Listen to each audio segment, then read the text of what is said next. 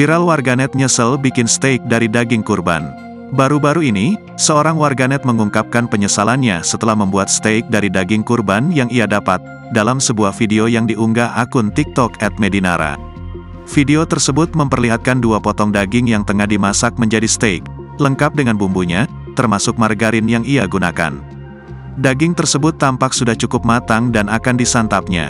Salah satu hal agak bodoh yang pernah aku lakukan adalah membuat steak dari daging kurban. Tulisnya Selasa, tanggal 4 Juli tahun 2023. Bagaimana tidak, ternyata saat disantap steak yang terbuat dari daging kurban tersebut tak sesuai ekspektasinya. Pasalnya, ternyata hidangan tersebut alot alias keras dan susah untuk dinikmati.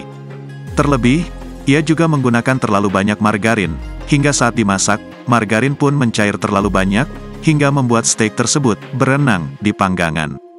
Tentu saja video tersebut mendapatkan banyak perhatian dari warganet,